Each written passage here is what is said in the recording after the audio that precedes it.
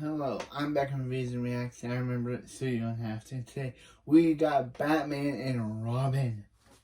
Ah, no. Why Batman and Robin? Batman and Robin has got to be one of the worst films ever made.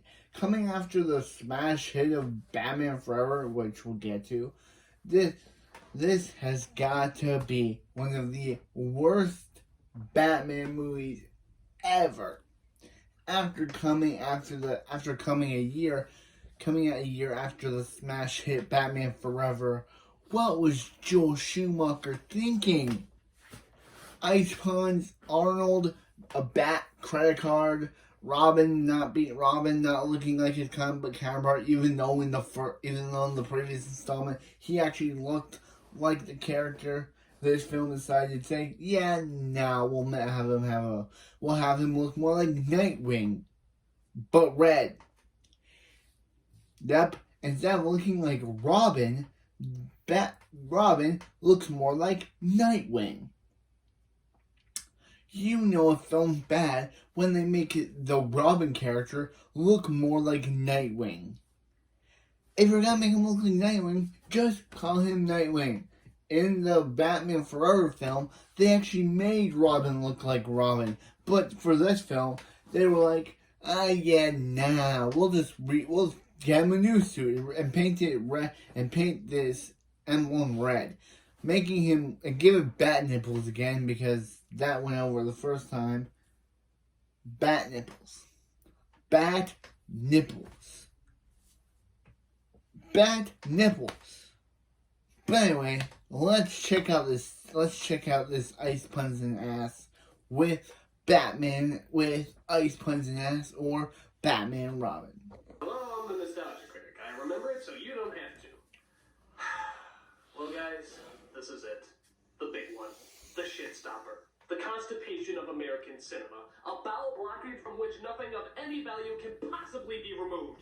What is said to be one of the worst films of all time. I am of course talking about the indescribable terror that is Joel Schumacher's Batman and Robin. Let's react. We are talking about a movie that's so bad that lawyers are actually making reasonable arguments that their client's crime may be horrible, but at least they didn't make Batman and Robin. And in the remotest parts of Southeast Asia, it is still considered the #1 preferred form of execution. Let's show him Batman and Robin. No, please, anything like that. So as you can tell, I am not looking forward to reviewing this stinker. However, before I review it, let's take a look at the declining history of these Batman movies. The first Batman film was released in 1989 under the direction of then newcomer Tim Burton. It was edgy, dark, and made just as much for adults as it was for children. In fact, it was made more for adults, and continues to be the highest-grossing Batman movie to date.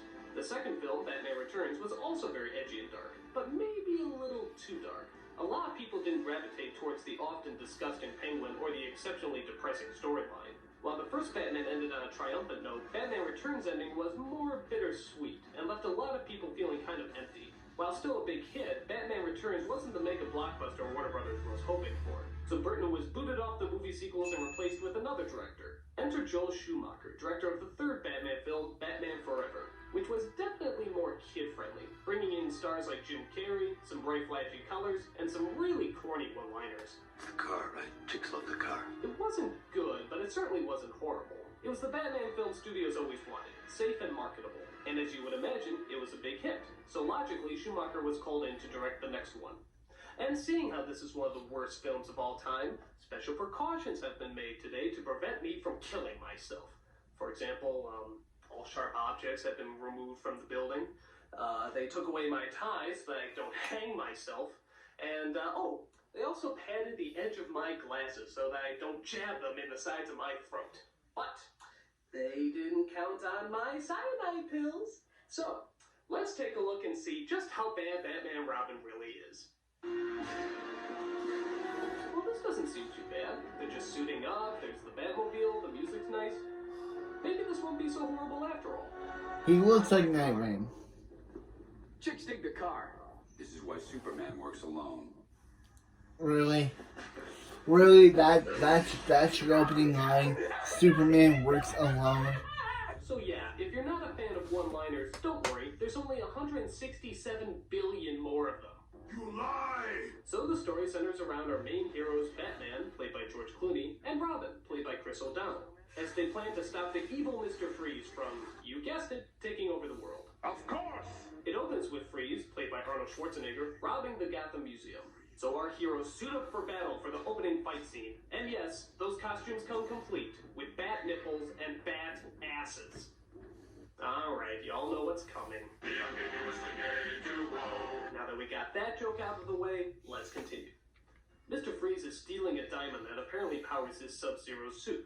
Apart from that, his only goal seems to be making jokes about a subject matter that unfortunately lends itself to a lot of insufferable puns. And I'll give you 4 guesses as to what that subject matter is. A. Celebrity gossip. B. Political satire. C. Family dilemmas. Or D.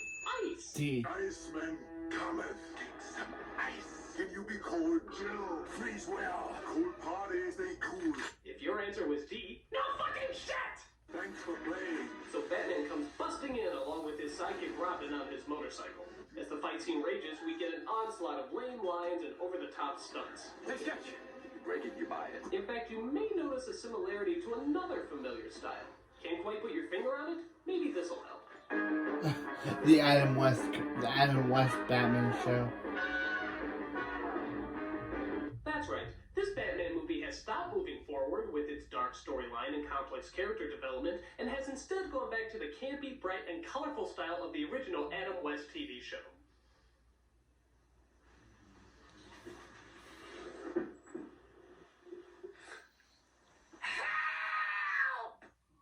So as the fight scene continues, we see Batman and Robin literally skate across the icy floor playing hockey with a valuable hunk of diamond. Of course. Do I even have to make fun of this? Meanwhile, Freeze manages to hook up a rocket that'll launch him into space. What killed the dinosaurs? Gee, is it something having to do with ice? The Ice Age! But that's not historically correct. Freeze, you're mad. Yes, listen to the same man in the bat suit. I think not. Robin comes to rescue him as they surf their way down to the ground off the doors of the rocket. The only thing that would make this scene lamer is if Robin actually shouted Cowabunga. Of course. As if this scene couldn't possibly be any longer, Batman and Robin chase Freeze into another building, where Robin gets frozen by the ray gun. Stay cool, bird boy. God, how much longer is this movie? 10 minutes. We're only 10 minutes in! Oh, this film is gonna be the end of me. Show some mercy. Alright, so after Freeze gets the diamond back, Batman stays behind to thaw out Bird Boy. Your emotions make you weak. That's why this day's mine. I'll kill you next time. Why not kill him now? Yeah. I wish I knew. As you can tell, Schwarzenegger is easily by far the worst actor in this movie. I've got some wild oats to sow. Until this person came along. And you are? Poison ivy. Ah, yes, Poison Ivy. The woman who started off as a nerdy environmental scientist who works in the most cliched of evil laboratories. Seriously, this place is so cliched, all you need is a strike of lightning on the building. Of course. She's shocked to find out that her boss is turning people into Mexican Hey, wrestlers hey, to auction Lex off Luthor. power-hungry dictators. Finding out that his diabolical plan is revealed, her boss takes it well. I'm afraid you'll have to die. From all the toxins and chemicals arises a flowery femme fatale known as Poison Ivy, who kills people by giving them venom-filled smooches. Talk about the kiss of death. Isn't that what happened in Batman Returns? By using her love of deadly plants. Why is this Poison Ivy referencing Batman always Returns? do. You guessed it. About how the person just how the employer discovers their boss is evil, then they push them out a window, which push them out of the building. The new computer sciences division. I'm sorry, I just can't understand you under that incredibly thick British accent. I don't know, all this luxury really isn't my style. Definitely Liverpool. London's kind of rough. Meanwhile, we discover that the villain Which is then caused her to become Poison Ivy and caused so he keeps her Selena Kyle to become Catwoman. safety of a neon-lit ice Yeah. cream car. And How also, can nobody figure out and also this? how It's the equivalent how of is Disney trying to hide how is Barbara Gordon not how is Barbara not It's really ridiculous. not related While trying to to figure out a cure for his beloved wife, Freeze spends most of his time conducting an orchestra of killer Eskimos to sing "I'm Mr. White Christmas, I'm Mr. Snow." That's just stupid. Meanwhile, the Batman who used to hide from the limelight and steal any hidden photographs taken of him is now making public appearances at a sexist auction where men bid on good-looking women to take out on a date. While there, they come across the seductive Poison Ivy, who blows a hypnotizing perfume that makes men bow to her every will. And as you sadly might have guessed, Batman and Robin actually start bidding on her. $1 million. $2 million. $3 million. Oh no. $7 million. Credit No, card. no, They no, gave him no, no, that no. credit card. They really did that. No, They had the balls no. to give one of the greatest superheroes of all time a bat credit card. No, no, no. That. No. Oh. Does not compute. Does not compute. 20 minutes. I apologize for that outrage. Childish and That's the worst part of the film. I just get a little peeved when I see one of my childhood icons carrying That credit card. You bastards! I'll kill you! I'll kill all of you! All of you will die! You'll get the gas! 1 hour later. Rape my childhood, will you? You'll all die! You will all die! 7 hours later. Okay. I'm fine. I'm cool. I'm fine. I'm fine. So, after Batman uses the... You know what? Mr. Freeze busts in and ruins the party. But through an exciting chase, Batman catches Mr. Freeze doing God knows what to him under that cave and places him in Arkham Asylum. But Robin is angry because he wanted to get Mr. Freeze. Could have made that jump. Sometimes counting on someone else is the only way you win. In fact, most of Robin's dialogue is just bitching and moaning. She loves me and not you. This is no partnership. I want a Robin signal in the sky. It's Batman and Robin, not Robin and Batman. You can pretty much just replace his dialogue with... Poor Chris O'Donnell. Look, I made a mistake. Poor Chris Sorry. O'Donnell. Meanwhile, in story number 12, we see that Barbara gets out all her rage and emotions by partaking in pointless motorcycle chases. Poor Chris O'Donnell. At least he would have a better career with NCIS Los Angeles. And that show's actually good because he's in it. Alfred's sick. Oh, Alfred's sick. Alfred is sick. I mean, do we really have to concern ourselves with the butler in this movie? I mean, come on, how sick could he possibly be? He's dying. Awkward. So Bruce and Dick decide to give him a leave of absence due to reasons of dying. Here, Bruce and Alfred have a very heartfelt talk. He also reveals his personal appreciation for Alfred, but maybe a little too much. I love you, woman.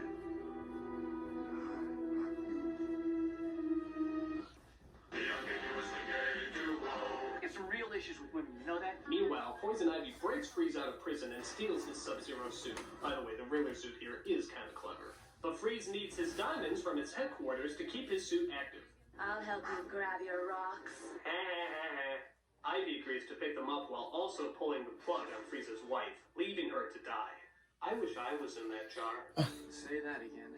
The Caped Crusaders try to stop her, but are turned against one another because of their lust for Ivy. She wants to kill you, Dick. You watch your language. Ivy escapes and leaves Batman and Robin to fight over her. What happened? How'd they get away? How dare you didn't stop them? It's not like this is a job for the police. How dare you didn't stop them? As Ivy returns, she tells Freeze that Batman killed his wife. So Freeze vows to take vengeance on society. Sheesh, all that's missing is for Freeze to shout out, "First Gotham, then the world." First Gotham, and then the world. Of course.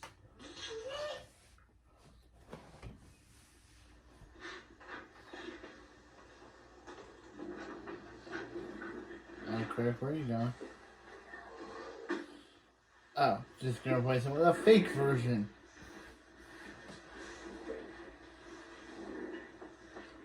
Fake Critic. I hate this. Look at that. That's so lame. This is idiotic. I really hate this. This is so stupid. I wish I could kill myself. Oh, that's horrible. Oh my god, I can't believe how bad this is. I wish I could kill myself. So while Freeze tries freezing the world, Ivy tries to seduce the dynamic duo. And here's something you never thought you'd see in this movie: a man kissing a woman. No, Robin, no, you're just confused. But rubber lips sink ships as Batman and Robin put their feud behind them and are ready to kick some green thumbs. Meanwhile, Barbara finds out what anyone with a brain cell could, that Bruce and Dick are Batman and Robin. And you gotta love her expression when she finds it out. She finds the Batcave where a virtual reality She's not like shocked or tells her that he knew she would find out who they were, discovered the Batcave, and has even prepared a batsuit for her to go out and fight crime. Oh, well, of course. So Barbara helps her colleagues by becoming the fearsome Batgirl, the only character in this movie who should have bat nipples but doesn't seem to have them. I never thought a catfight between Uma Thurman and Alicia Silverstone could be so boring. So she defeats Poison Ivy by knocking her into her own man-eating plant. I think the only thing missing here is for Poison Ivy to shout out curses. Go ahead, say it. I dare you. I double dare you, motherfucker. You know you want to. You know you want to do every cliche in the book. Go ahead. Say it. Say it. Say it. Curses! God damn this movie! It did it! It finally did it! Batman has driven me batshit crazy!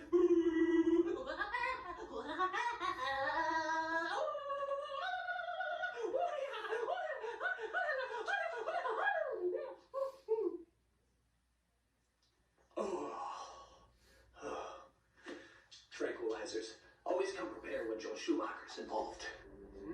So Batgirl saves the dynamic duel and reveals her secret identity. First, it's me, Barbara. oh, we couldn't like. Barbara? Who would have guessed? That mask just hides your face so well. I find it unlikely. So the three of them set out to stop Freeze after having a change of wardrobe, apparently, and plan to unfreeze the city. Sunlight could reverse the freezing process. Sunrise over 5 hours. Here, But it's morning in the condo. we could relay the sunlight. From the other side of the equator. It'll take the satellites about a minute to realign. Satellites could be positioned to thaw the city directly, but that'd take a computer genius. I'm on it. All right, I'll set the telescope view with all the mirrors. Oh, thank God I don't care. So through a series of lame lines, ridiculous stunts, and over-the-top effects, our heroes defeat Mr. Freeze and blow up his giant ray gun. Wow. Just think about how many starving children we could have saved with the money used for these effects. Talk about your cold shoulder. After that, they melt all that nasty snow covering Gotham down to your simple basic rubber icicles. But wait a minute, what about Alfred? Isn't he still at death's door? Well, luckily, Freeze's wife has the exact same disease as Alfred, and having a change of heart gives Batman the cure that he kept in his suit. And he didn't use this on his wife because... So as you can imagine, they put Freeze in jail, get the cure to Alfred, and they all live happily ever after. But wait, what to do about Barbara? You are going back to school. We should never win this argument. Partners? So sorry, was So you it? see, kids, the moral of the story is drop your studies, forget all about school, dress up in tight leather, and live your life as a superhero. And it's- Why? Because Batman said it's okay. And since I it's say this filmed, is a horrible lesson for the kids, but I don't think it really matters. No kid ever saw this movie. Batman was a gigantic bat bomb. Bat bomb. Bat bomb. Why? Because this film is so terrible, so horrific, and so god-awfully bad that there's only one word that could possibly sum it up. You want to know what that word is? I'll tell you. It's super crap-a-fuckerific, it's beyond bullshit. A film so bad the censors really ought to go and pull it. Sadly, there's not many words that only rhyme with bullshit. Super crap-a-fuckerific, it's beyond bullshit. Fuck it, fuck it alive, fuck it, fuck it alive. Here's a film that's so awful, I'd rather have a guy come circumcise me with an axe and poke me in the eye. I'd rather drink a giant bowl of 8-bit monkey splooge. And there's another million things that I would rather do. Super crap-a-fuckerific, it's beyond bullshit. Film so bad the censors really ought to go and pull it. Sadly, there's not many words that only rhyme with bullshit. Super crap-a-fuckerific, it's beyond bullshit. No, really, no, it's awful. and that was Batman and Robin. I have nothing to say. This film is bad. It is so bad. George Clooney swore he'd never put on the Batsuit again. He didn't make a cameo in The Flash, but this movie was so bad. George Clooney said he would never put on the suit again. Chris O'Donnell said that it felt like they were shooting a toy commercial instead of a Batman movie. And for Alicia Silverstone, she was better in Clueless. I've never seen Clueless, but I know she's better than in that. Yep. And Alfred, he would. I know that Alfred's actor dead, but you know, he was in 4 Batman movies with all 3 different. He was the only actor to stay the same through all 3 Batmans that they got to portray Batman with Michael Keaton, Val Kilmer, and George Clooney. Alfred's actor Michael Gough was the only actor to stay on as Alfred. He was never recast. That is dedicated to your craft. This film was so bad, and I'm surprised even Alfred's actor did not say, yeah, crap this, I'm done. He wasn't even in the film all that long. And Barbara discovering Batman, Bruce and Dick Grayson's identity, she's not like, oh, they're Batman. She's like, oh, they're Batman, with a smile. I'd be like, wait, they're Batman? That is shocking. But no, for some reason she smiles, and for some reason they play the exact and I have nothing to say. This film is terrible. And the black credit card. No. Why? Batman doesn't. Yeah. If Batman knows what if Batman knows what credit card is, that means the other Bat family knows what a credit card is. If the other Bat family knows what a credit card is, then that just makes it dumb. I'm back to Riz Reacts, and I remember, so you don't have to. Peace.